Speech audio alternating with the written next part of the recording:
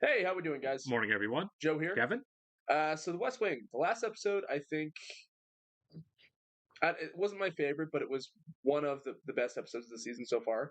It was tense, Very for tense. sure. We had a lot of food for thought in that episode, and a really good conversation afterwards. I think Yeah. it was a really good episode.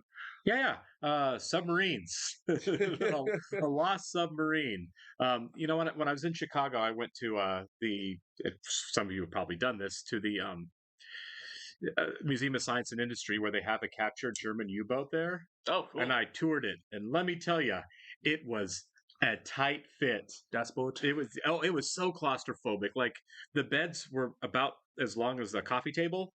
They're maybe 5 feet long, maybe, right? The captain's bed was like 5 feet long, and there was a sign that said the captain was 6'2". Oh my God. I'm like, good God!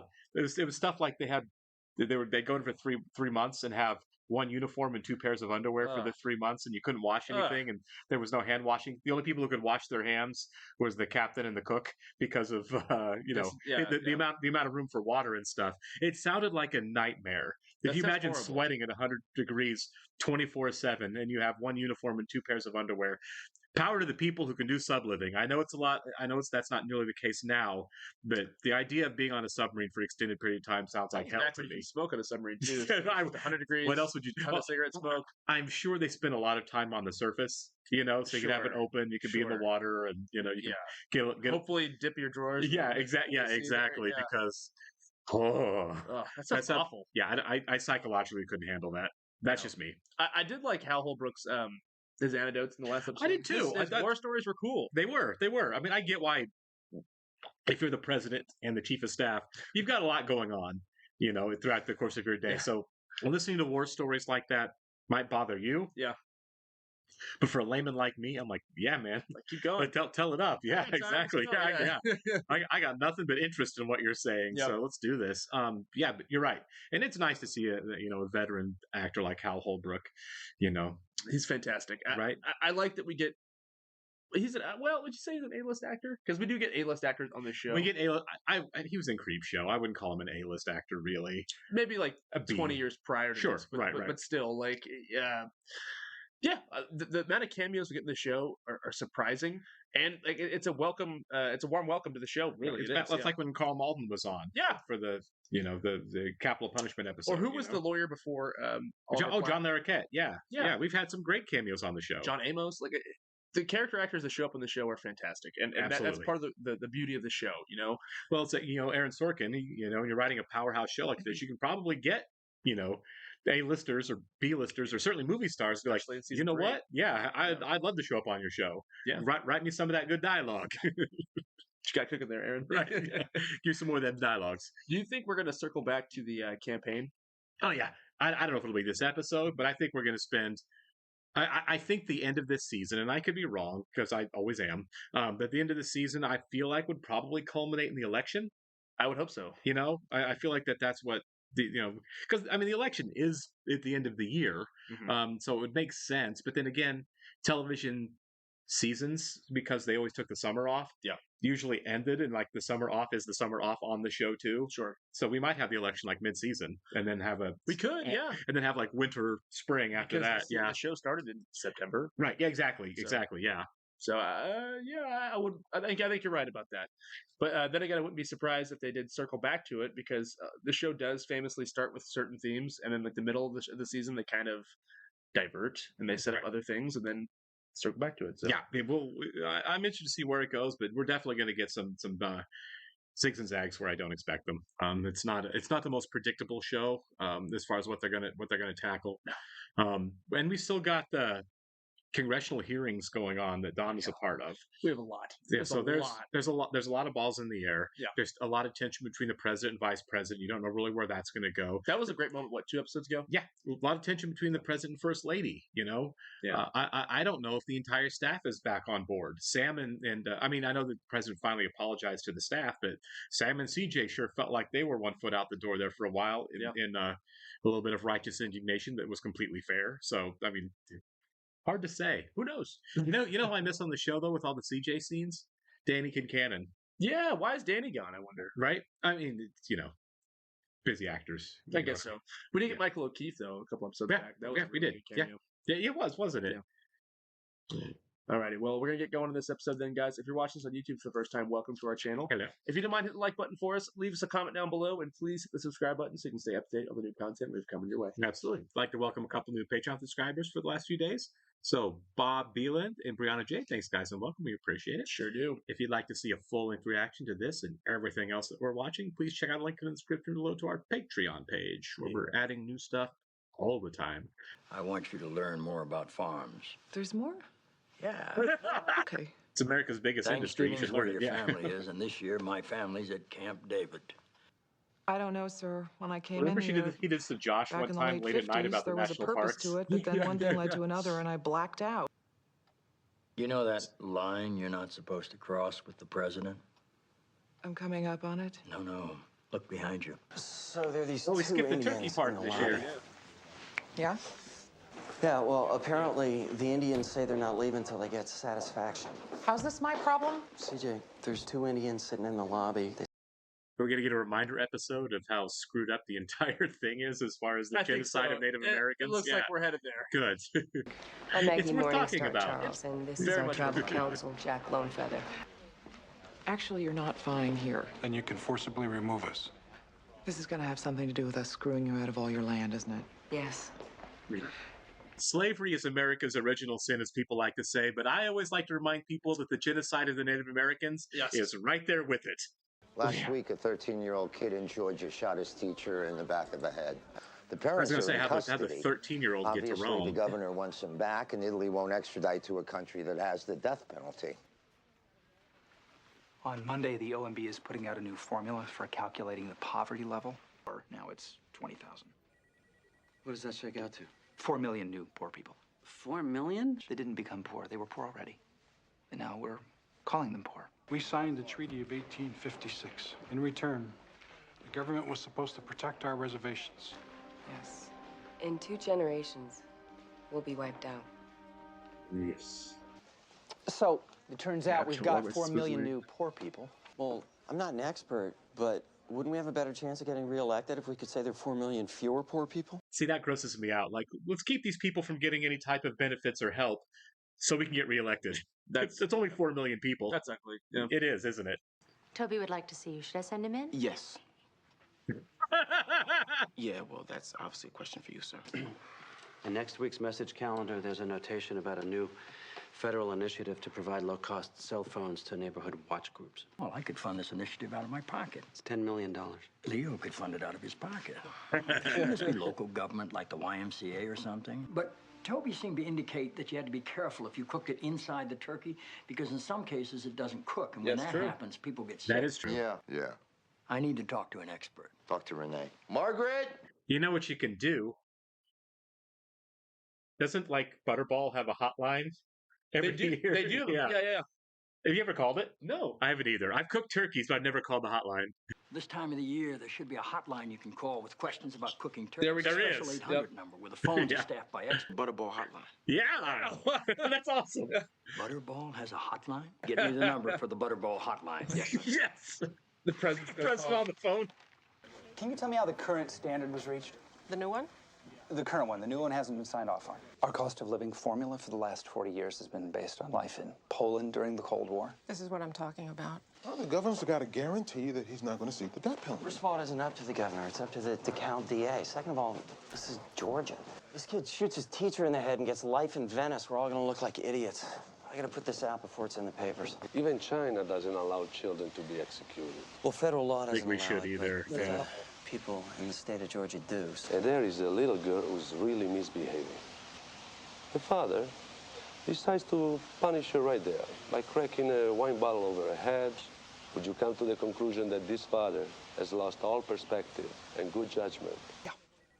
You know, the new formula doesn't take into account regional differences in housing costs. We debated that, but agreed it was too difficult to assess when the costs change from year to year. I hope we come to the conclusion at the end that you want them to be considered poor because they are and it's the right thing to do, you know? Yeah. I mean, How do we work this formula so that we don't have to pretend like we have a poverty problem? This one asks voters where I should spend Thanksgiving. What the hell are you doing polling where I should spend Thanksgiving? You don't poll where my family goes. Am I making myself clear? And if you don't think that your family should matter, my suggestion to you is to get out of professional politics. You know, all we're talking about is a sewage plant and a health center. They're not asking for the Great Plains. I'll have somebody call somebody and find out what the delay is. What do you want from me? 5 minutes. No, I'm not taking a meeting with somebody who stages a sit-in in the lobby. Leo, I mean, I get what he's saying though. One person does it, then the next everybody. I guess does so, but still. Well, first let me say, I think this is a wonderful service you provide. Of course. May I have your name, please? I'm Joe Bethersonton, Fargo. Your street address, please? Zip code, Fargo, North Dakota, right now. Stuffing should be stuffed inside the turkey. Am I correct? It can also be baked in a casserole dish. If I cook it inside the turkey, is there a chance I could kill my guests? I'm not saying that's necessarily a deal breaker. I'm calling the We should do that once a week. That's awesome. Yeah. Still behind getting the DA to guarantee you won't seek the death penalty. Yeah. How? Decalbs to Georgia 4th. Well, I suppose there's a time for scruples and a time for, you know. It's harder to get elected if you feature the underclass. It's harder to help them if you hide them. Yeah, I'm just saying, security's gonna do their thing.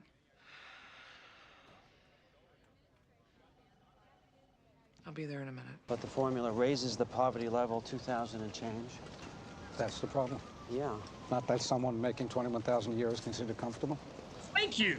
Same way P.T. Barnum sold a truckload of white salmon by sticking labels on them that said, guaranteed not to go pink in the can. The hell Are you telling me this formula's been broken for years and the other guys haven't fixed it? Like that. Guaranteed not to turn pink in the can. Yep. So people think pink salmon is bad. Yeah. That's clever. Yeah. Excuse me, you're Mark Farragut, right? I'm Josh Lyman. Governor. The Italians aren't worried about the governor, Mark. They're worried about you. Guarantee you won't seek the death penalty.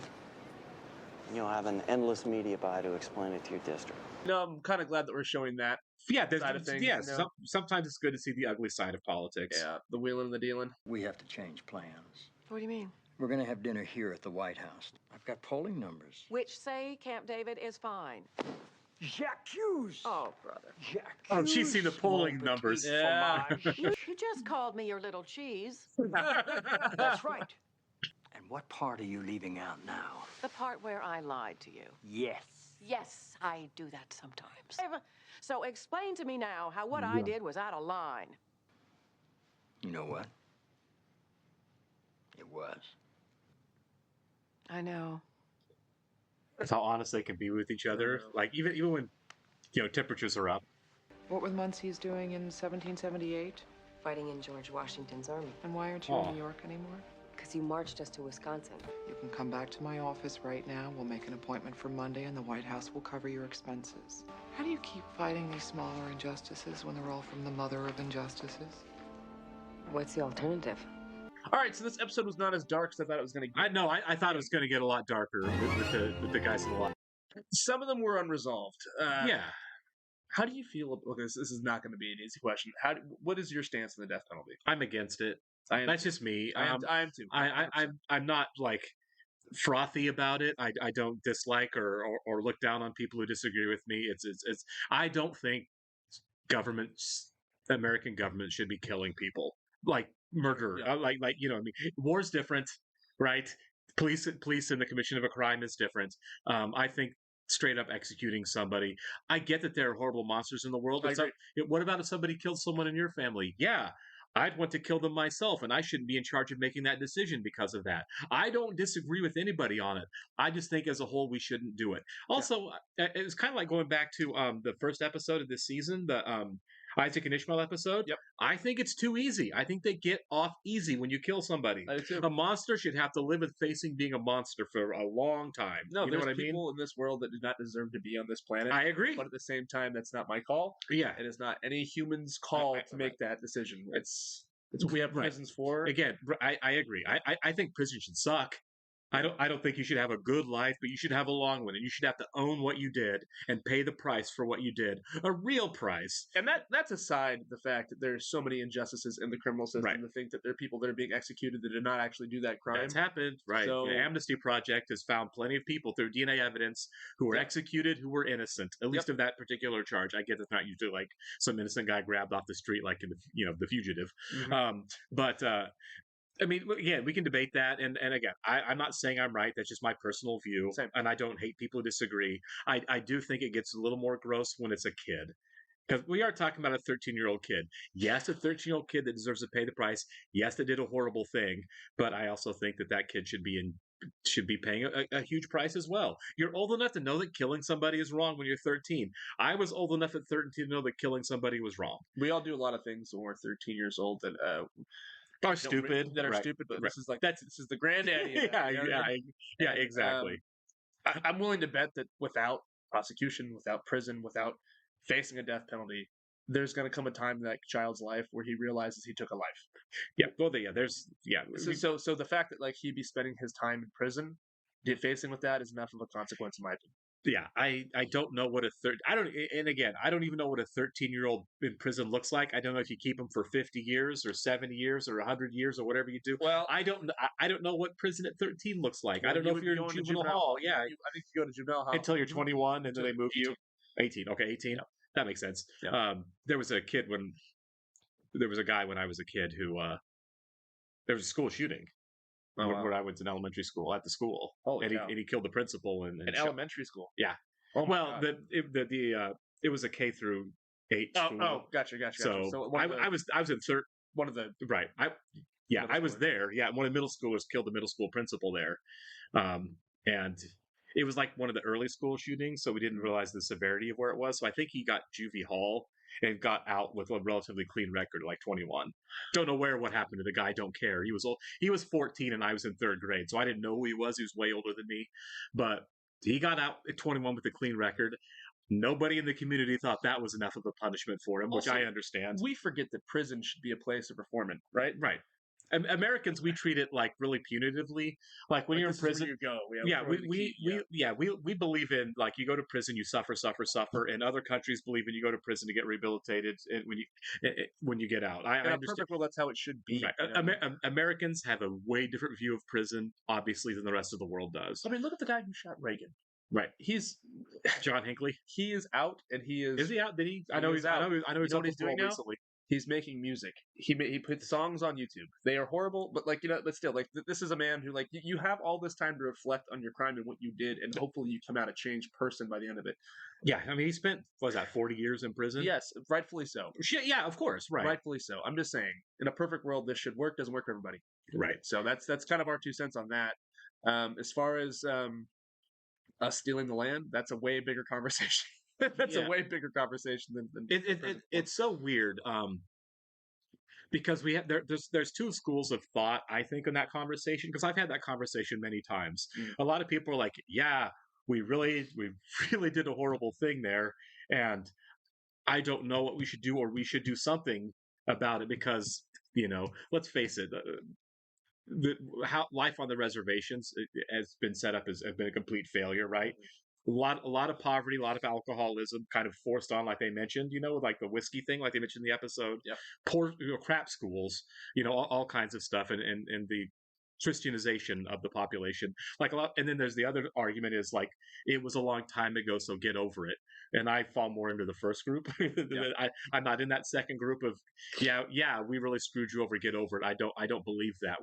We're talking about a systemic, centuries-long oppression of the people. Yeah, in the 20s and 30s, stuff like this was still happening. I mean, oh, sure, like the Osage killings, right? Absolutely. That's which will be a movie soon. But yeah, they're constantly being screwed over. Yeah, and we can't sit here and say get over it because we don't have that perspective. And also, well, the the just get over it people are people who don't have that perspective either. It's ignorance. It's ignorance. They're the ones who are like, America's great, so what does it matter how you got here? They or never how had we to walk started? a mile. It's the same argument made for African Americans who are descendants of slavery. It's incredibly frustrating. That was 150 years ago. Why aren't you over it yet? And I'm like, well, because there was generational atrocities. It's like they're still like we need to open our eyes and realize that we have a certain privilege, and that there's people that are suffering and have suffered, and it's not fair. Yeah, it's not. I mean, at the risk of being preachy, we don't want to preach, but we should. I think most of you are on the same side. We should. We're just kind of getting through this episode, Right. I'm glad it's an issue that was brought up. I'm glad it was brought up in a Thanksgiving episode. In the remember that because I was taught in elementary school, right? Yeah. When you're in that first, second grade, and you're making little turkey ham cutouts and stuff like that. Right. The narrative was, the Pilgrims came. They made friends with the Native Americans, and they all sat down and had a big dinner together. And that's the history of Native Americans and Americans coming together as one. And it's like, man, is that not the reality at all? You know what we didn't learn about? Polio blankets, I mean, the Trail of Tears and all that crap. I'm not laughing at that. But really, it's like where's the real history of there's, I mean, we're seeing it now in America. A lot of you can't say bad things about America, in classrooms. So we're going to write this yay America history is the only thing you should teach. It's like, so you want to gloss over I think Germany is awesome for the simple fact that they do not hide from the fact that they are very responsible for what happened in World War II and the Holocaust. All Nazi memorabilia. Exactly. They teach their students, here's a horrible thing we did that shall not be repeated. Right. And we can't do that here. We should learn from our mistakes. No, we should learn from mistakes. It's we okay. Inform, right. I can't shy away from history. I feel like it's okay to say, let's talk about how crap our ancestors were in the legacy that we're still enjoying. And it drives me nuts that Andrew Jackson's on a $20 bill. I know, right? It drives me nuts. That was a thing where it was going to be who was it? With Harriet Tubman, that was the vote was Harriet Tubman was going to replace Jackson. I'm down, and you know what? During the Obama administration, it was going to happen, and then when Trump took office, they completely reversed it. Of course, they did. Right. Well, and he said that one of his favorite presidents is Andrew Jackson, which doesn't surprise me at all. Aside from the Trail of Tears, this man had so many duels. I know. He has killed people. He was not a great dude. Anyways, we've gone on a little tangent there. Right. The third, that was really the two big storylines, wasn't it? The major one, with the exception of assessing the poverty numbers. I like what Bruno said. It's like, don't hide from the fact that people are living in poverty.